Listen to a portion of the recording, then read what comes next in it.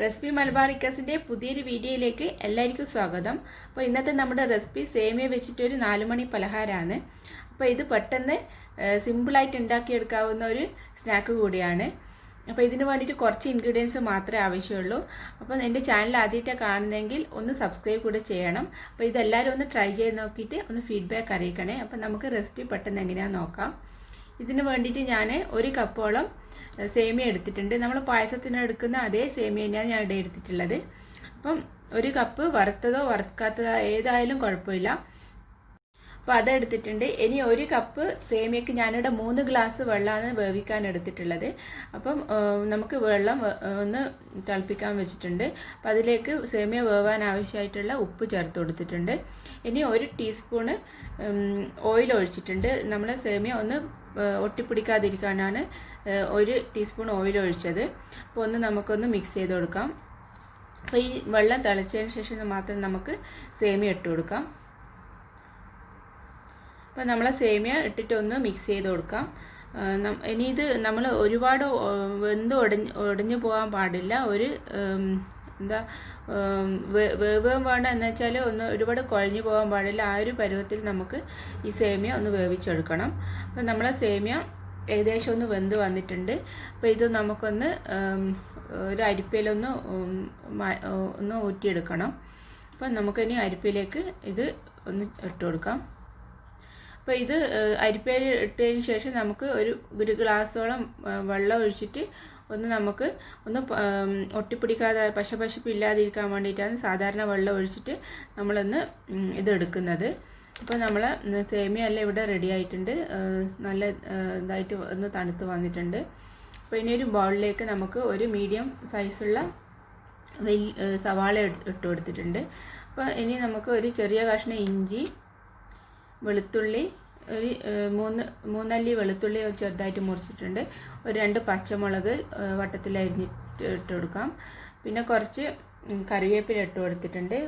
ഒരു 1/4 ടീസ്പൂണ് മഞ്ഞൾപ്പൊടി, ഒരു 1/2 ടീസ്പൂണ് മുളക് പൊടി, എരിവുള്ള മുളക് പൊടിയാണ് ചേർത്തത്. ആവശ്യത്തിന് ഉപ്പ്, ഒരു 1/4 കപ്പ് കടലമാവ് ഇട്ട് കൊടുത്തിട്ടുണ്ട്. കടലമാവ് നമ്മൾ സേമിയ എടുത്ത അതേ കപ്പിൽ തന്നെ ഒരു 1/4 കപ്പ് കടലമാവ് ഞാൻ എടുത്തത്. അപ്പം നമ്മൾ പക്കാവടക്കല്ല് എടുക്കുന്ന ആ ഒരു ഇത് തന്നെയാണ് ഞാനിവിടെ എടുക്കുന്നത്. അപ്പം ഇനി നമുക്ക് സേമിയ ചേർത്ത് കൊടുക്കാം. ഇനി ഇതിലേക്ക് ഞാൻ 1 ടേബിൾ സ്പൂണ് റവയും ചേർത്തിട്ടുണ്ട് കേട്ടോ. അപ്പോൾ നല്ലൊരു നല്ലൊരു ക്രിസ്പി ആയിട്ട് വരും ഇങ്ങനെ ചേർത്താൽ. അപ്പോൾ ഒന്ന് നന്നായിട്ട് മിക്സ് ചെയ്ത് കൊടുക്കാം. ഇനി നമ്മൾ ഈ ഒരു മാവ് എന്ന് പറയുന്നത് നന്നായിട്ട് ഒന്ന് മിക്സ് ചെയ്തെടുക്കണം. ഒരു 3 ടേബിൾ സ്പൂണോളം വെള്ളം ഞാൻ ഒഴിച്ചിട്ടാണ് ഈ ഒരു മാവ് റെഡിയാക്കി എടുത്തത്.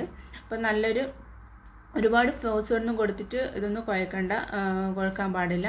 ജസ്റ്റ് ഒന്ന് ഇതുപോലെ തന്നെ ഒന്ന് കൈ കൊണ്ട് സ്പ്രെഡ് ചെയ്ത് കൊടുത്തിട്ട് ഒന്ന് എടുത്താൽ മതി. അപ്പം നമ്മൾ മാവ് ഏകദേശം ഇവിടെ ഒന്ന് കുഴഞ്ഞ് വന്നിട്ടുണ്ട്. ഇനി നമുക്ക് പക്കാവട എല്ലാം കുഴച്ചെടുക്കുന്ന പോലെ തന്നെ നമുക്കിതൊന്ന് മാവൊന്ന് റെഡിയാക്കി എടുക്കേ വേണ്ടൂ. അപ്പം നമ്മൾ മാവ് ഏകദേശം ഒന്ന് കുഴഞ്ഞ് വന്നിട്ടുണ്ട്.